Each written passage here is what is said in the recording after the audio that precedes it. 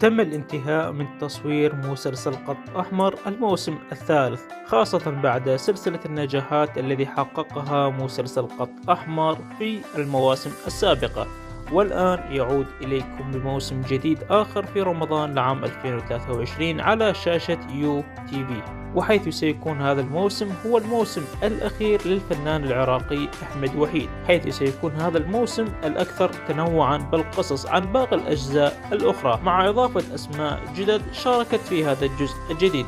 وأبرز أبطال مسلسل قط أحمر الجزء الثالث سوف يكون كل من أحمد وحيد، مع مشاركة الفنانة العراقية زهور علاء، مع إضافة الفنانة العراقية رشا رعد وحسن حنتوش وغيرهم من الفنانين والفنانات الذي راح يظهرون بهذا الجزء.